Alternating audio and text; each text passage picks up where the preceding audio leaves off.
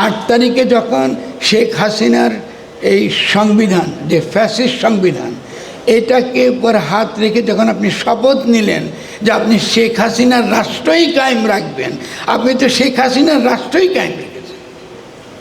এরপর আমরা কি দেখলাম? রাজনৈতিক দলগুলোর সঙ্গে ঐক্যমত্য তারা করতেছে। তারা কেউ কিন্তু জুলাই গণঅভ্যুত্থানের মধ্যে অংশগ্রহণ করেনি। এরা বিদেশ থেকে আসছে, অনেকের বিদেশি পাসপোর্ট আছে। জুলাই গণঅভ্যুত্থানের মধ্যে কিছু তারা করে না।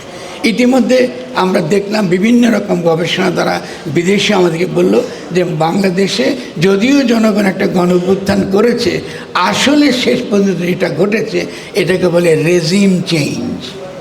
এই রেজিম চেঞ্জ কে করেছে? মার্কিন যুক্তরাষ্ট্র। এই মার্কিন যুক্তরাষ্ট্র গণঅভ্যুত্থানের মধ্যে প্রবেশ করে একটা রেজিম চেঞ্জ ঘটিয়ে দিয়েছে। আমাদের গণঅভ্যুত্থানে কিছু এর অবশিষ্ট নাই। ফলে আপনাদেরকে সচেতন হতে হবে। ফলে অল্প কিছুটা সময় আপনি নিঃশ্বাস নিতে পেরেছেন, কিছুদিন পরে আপনি নিঃশ্বাসও নিতে পারবেন না। এখন দেখতে পাচ্ছি যে সরকার জুলাই সনদ দেবে কিসের ভিত্তিতে? লুটেরা মাফিয়া শ্রেণীর যে সকল প্রতিনিধি, তাদেরকে রাজনৈতিক দল বলে নিজেদেরকে দাবি করে, ওদের সঙ্গে আপোষ করে পুরনো আমলাতন্ত্র ঠিক যেখানে আছে সেখানে আছে, সব কিছু যা আছে সব ঠিক আছে, শুধুমাত্র জুলাই গণঅভ্যুত্থানের শহীদরা নাই।